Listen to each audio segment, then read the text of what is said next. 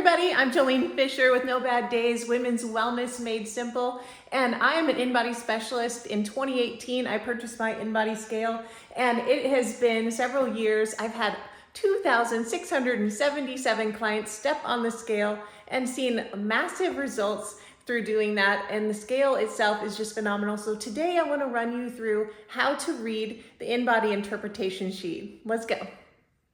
The first thing I want you to look at is the body composition analysis. This is the 4 things that make up your total body weight. The first 2 things you're going to see at the top are your intracellular water and your extracellular water. These 2 values make up your total body water, which also contributes to the total body weight.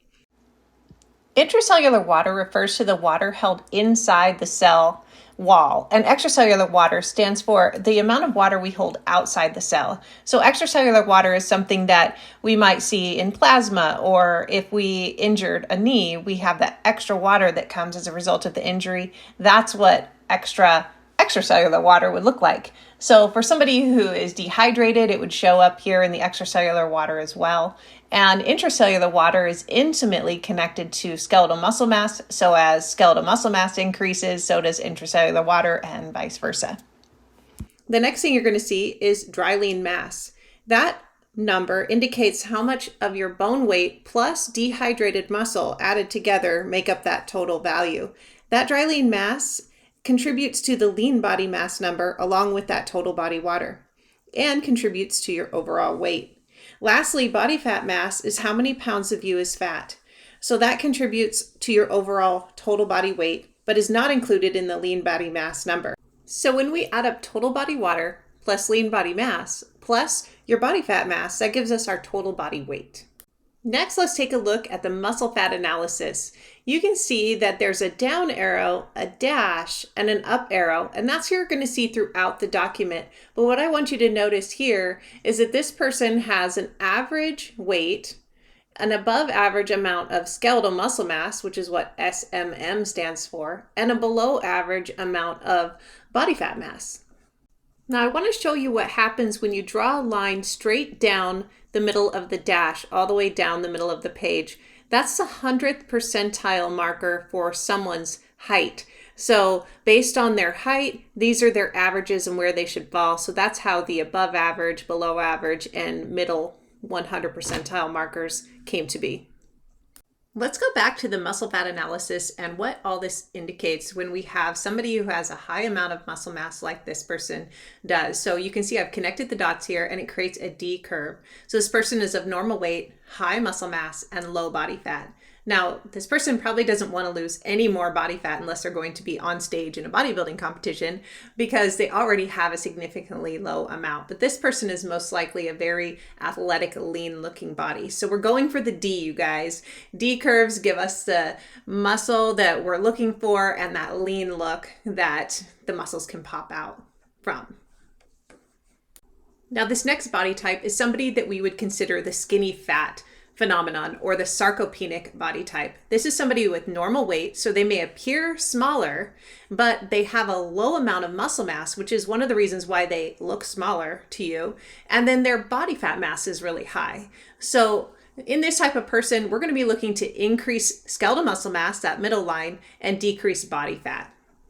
Now, this next example is somebody with a very large C curve. So that means they have a higher percentage of body fat. And in this case, this person has a normal amount of skeletal muscle mass. So they're above the 100 percentile line in that category, which is actually good because the machine may not say that they need to gain muscle mass. Now, that may be their goal to gain more muscle, but they're also mainly going to have the goal of needing to shed that fat weight off of their body to get into those normal ranges. All right, we're going to take a look back at the whole sheet, and I want you to look at the lean body mass, which is at the top of the page. Lean body mass is the amount of pounds that you have of bone, water, and muscle. And all of that is metabolically active tissue in your body. That means it burns a calorie. So I've drawn a line down to the basal metabolic rate area where you can see how many calories your body burns at rest. So when you're looking at your own sheet, you're like, oh wow, I burn 1,800 calories at rest. That means that if you sat on a couch all day long and did absolutely nothing, your body would still burn 1,800 calories just to support your lean body mass. Basal metabolic rate is a an important jumping off number for your practitioner to be able to understand how many calories do you not only burn at rest, but they'll do calculations to figure out how many calories you burn with the amount of exercise that you do. And based on your goals, whether you want to lose body fat mass or you want to gain muscle mass, where your calories should be set on a day-to-day basis. Next, we're going to look at the obesity analysis. You can see here that this person's BMI is 24 and their percent body fat is 8.2. Now, the BMI being in that high average range is kind of like, wow, is this really accurate? Well, it's accurate based on this person's height over weight, but really, is it an accurate measure of health? I don't think so. What I think is most important is percent body fat and skeletal muscle mass looked at together. Now, this person's percent body fat is very low. Their muscle mass is very high, which is putting him in that high BMI range compared to their height. Now, for men, you want to be between 10 and 20% body fat in that average range. Anything below 10 is also fine for a male. Here you can see an obesity analysis graph for a woman. Now, percentage of body fat falls into the category of 18 to 28% when a woman is in normal range. And so I've highlighted that here in red. As you can see in this case, this woman is 35% body fat, which would be considered an obese body type. Okay, let's take a look at the segmental lean analysis. This is taking your total lean body mass and extrapolating it out into each area of the body. So right arm, trunk, right leg, left leg. Now you can see that the very top line in each of those areas is the pounds and the bottom line is percentage. So of course we want them to be at least 100 percentile in each of these areas because that puts them in normal range for their height. So you can see in this example, this person is above average in all areas, but in other examples, or even on your own graph, you might find that you're below 100 percentile. That just shows you that that's an area of your body that needs extra bone, muscle, or water. And those are the things that make up lean body mass. So even if you were low in one of these numbers, you may actually have a normal amount of muscle mass. So one of the things to look for is, are you dehydrated or do you have an abnormal amount of water weight on your body, which is skewing the number higher than it actually is for the amount of muscle mass that you have. So this is something that we can go into in a consultation. It's a lot more involved, but just for your information, it's good to know that you should be above 100 percentile in all these areas. Okay, let's talk about the ECW over Tbw analysis. This is extracellular water over total body water. So you can see I've circled up above the extracellular water number in pounds divided over the total body number in pounds, give us the ratio that we're looking at here at 0.357. So this person has a lower than average ratio, and sometimes we see this in people with a lot of muscle mass, and sometimes I see this in people who are just dehydrated. But really what we want to do is compare this person's number against another test down the road, so to see if this is an anomaly. But sometimes we'll see people above the 0.390 and they're high in that extracellular water. What that means is that they're holding on to a lot of extra water in that extracellular space. And that could mean that there's an injury. That could mean that they have inflammation going on in their body. It could mean that there's a disease process starting in their body that they don't know about. And you can see that I've also put in this area up above that, this segmental lean analysis area where you can see ECW over Tbw broken down by each body part. So if that number is high, you can see where in the heck is that coming from? Is it coming from all over my body, or is it coming from just a specific area in the body? Now, on a similarly related note, it is very important from test to test that you come in with the same hydration status each time. So the day before the test, no alcohol, drink lots of water, be very hydrated, and then on the day of the test, you're going to drink lots of water, but leading up to it. So 45 minutes prior to the test, you're going to cut off all water, and then you're going to come to the test, go to the bathroom, and then step on the scale. That's going to ensure that we have the most accurate results from test to test. Bioelectrical impedance is really sensitive to body water, and accuracy of the test is really dependent on being well hydrated. Okay, now that you've had a chance to look at segmental lean analysis and you know what ECW over Tbw looks like, I wanted to bring you another example of someone else's test. So you can see that the right leg and left leg in this person's lean analysis is falling behind well underneath the 100 percentile line for body or lean body mass. So what that's telling us is the legs need some shoring up when it comes to muscle, bone, or water. Well, we know water isn't the problem because if you look over to the right, the ECW over TBW is quite high in comparison to the rest of the body. So they have a lot of extracellular water in the body, which should be contributing to a higher lean analysis here, but it's not. In this case, this could be bone, which is something to be considered of if it's a woman, and asking them, when was the last time you had your bone density checked? And for women, also sarcopenia, and men, losing muscle mass as they get older is a real indicator that they aren't going to age as well, and that this could be a target area for them to work on with regards to nutrition and exercise.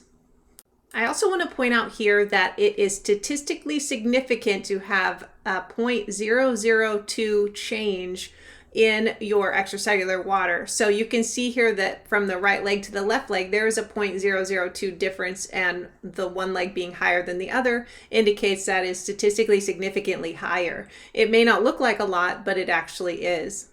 Moving down the page, we see body composition history. This is just history over time in these 4 markers of health: weight, skeletal muscle mass, percent body fat, and ECW over TBW.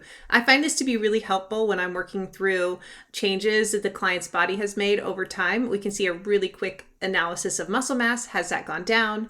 What I tend to find with the programs that I put my clients on is that the muscle mass stays the same throughout the entire program and just body fat goes down. And that's due to a little bit higher protein diet and the weightlifting that they're doing. So it's kind of fun to see that proof in the pudding, so to speak, when you're telling them that in the beginning, that's what they can expect to see. And then they see that at the end and really are excited that they didn't lose muscle mass or lean body mass, and that they are only losing body fat. And that's ultimately the goal with doing an Inbody, is that we can tell them, hey, it doesn't matter what your body weight says. It's really just about recompositioning the body and really getting you to retain that lean body mass so that your basal metabolic rate stays the same or improves with increased muscle mass. And as we do that, we can lose just body fat and decrease that body fat percentage and get you healthier. Let's move up the chart to the top right corner where we're looking at visceral fat. Now, visceral fat is the fat held behind the abdominal wall. So you can't pinch it, you can't suck it out, you can't have surgery on it. It is there and it's around the organs, squishing the organs, and actually can lead to cardiovascular diseases, type 2 diabetes, and actually has been linked to dementia and Alzheimer's. So we want to get that number to below 100 on this chart. Now you can see that this athlete has a very low visceral fat, but that's not normally what we see. In middle-aged Americans, we're going to see usually above 100 on this visceral fat chart. Now, in those gray areas that you see on the chart, as long as you're by age within those gray areas, you're actually considered safer, but we do prefer you to be below 100 as just a general rule for decreasing you or getting you completely out of range for risk for type 2 diabetes and the other risk factors we talked about with cardiovascular disease. You might be asking yourself, well, how do I get that number lower? This is scary. Well, one of the things you're going to be doing is losing fat off your body in your overall program to get healthier. So visceral fat will naturally come down with that. But fasting does help reduce visceral fat at a quicker rate. Also, de-stressing, because stress is where we have cortisol that enters our body, and we have a lot of cortisol receptors in our visceral fat. So the more stressed out you are, the more likely you are to store central fat. Also, as you go through menopause, if you're a woman, you're more likely to store central fat here as well. Okay, in the next box down, you're going to see body fat / lean body mass control. Now, this particular person you're looking at has 0 pounds to lose in terms of body fat mass and 0 pounds to gain in terms of lean body mass. Now, again, that's for somebody who's already met all the 100 percentiles for their height. Now let's take a look at somebody who has a little bit higher visceral fat area, and they also have body fat mass to lose. In this case, it says if they lost 21.6 pounds of body fat mass, it would put them at 23% body fat, which is right smack dab in the middle of normal in terms of body fat percentage. So that number right there that tells you how much to lose is only to get you right in the middle of normal at 23%, or for men, 15%. Okay, so if you have lean body mass to gain And in this case, it says 5.5. That means you need to gain 5.5 of bone, muscle, or water in order to get to the 100 percentiles in that segmental lean analysis chart. This body mass control chart is great because it helps us understand realistic expectations for this person. So if they didn't know that they needed more lean body mass, this is telling. If it is like, hey, I'm here to lose fat, well, then that gives them a realistic number to shoot toward. I like to tell them, hey, on these programs that I'm going to put you on, 1 pound of fat loss per week is pretty good and normal, up to 2 pounds at the most. And that way we don't lose any muscle mass. So then we look at that number and go, okay, if we divide that number by number of weeks, then I can generally say I have 21 weeks or 22 weeks in this person's case to release all that fat and retain all my lean muscle mass. Going down to the segmental fat analysis chart is actually one of my favorite things to do because over time we can see how much fat somebody's lost in each segment of the body. So on the first test, it is what it is, but as we do subsequent tests and they're losing body fat, it's neat to see where genetically their body wants to lose fat first. And so it's really different for everybody. But here you can see the percentile compared to population data norms where you're at with regards to your percentages, and you can see poundages as well. So the next box down, leg lean mass, we're going to divide the pounds, 45.1, divided by the skeletal muscle mass, which is 87.5, and the number needs to be higher than 40%. In this person's case, they have 52% of that leg lean mass over their skeletal muscle mass, and that's an important indicator of good health, good bone health, good muscle health, good water health in the legs, and that will carry people into old age really well. People who are lower than that 40% really need to look out for osteoporosis, sarcopenia, or the disease of aging, which is decreased muscle mass. So something to keep in mind here. Let's take a look at phase angle. Now, phase angle is a marker of cellular health and integrity. Every single cell in our body is a huge capacitor for energy, meaning that if the cell is healthy, it will actually hold a charge. If the cell is not healthy, it won't hold a charge, and it makes it a lot easier for the electricity coming through the bioelectrical impedance scale, the Inbody, to penetrate the cell. So what we're looking for here is a phase angle for a woman to be above a 5 and for a man to be above a 6. Numbers below 5 for women and below 6 for men indicate that there may be some damage to the cellular membrane or malnutrition taking place or a disease process taking place that's keeping the cell not as healthy. So it's just an indicator of how healthy you are on a cellular level and a kind of a warning sign to say, hey, I probably should talk to my doctor about this if I'm low on energy, I don't feel great all the time. Those kind of symptoms might need you to look a little bit further into what could be causing that. If you want more information on phase angle and what it means, I highly recommend this video on YouTube, which will explain exactly what phase angle is. You do have access to getting all of your Inbody data digitally in the Inbody app. So go to the Inbody app in your app store on your phone and download the app today so you can get all your data there. Well, that's it for now on the Inbody interpretation. So if you guys ever want to come see me out here in the Spokane Valley in Washington State, I'd be happy to get you an appointment for your Inbody screening. Come see me at my home office and let's get you on the Inbody scan and get the results that you want to get.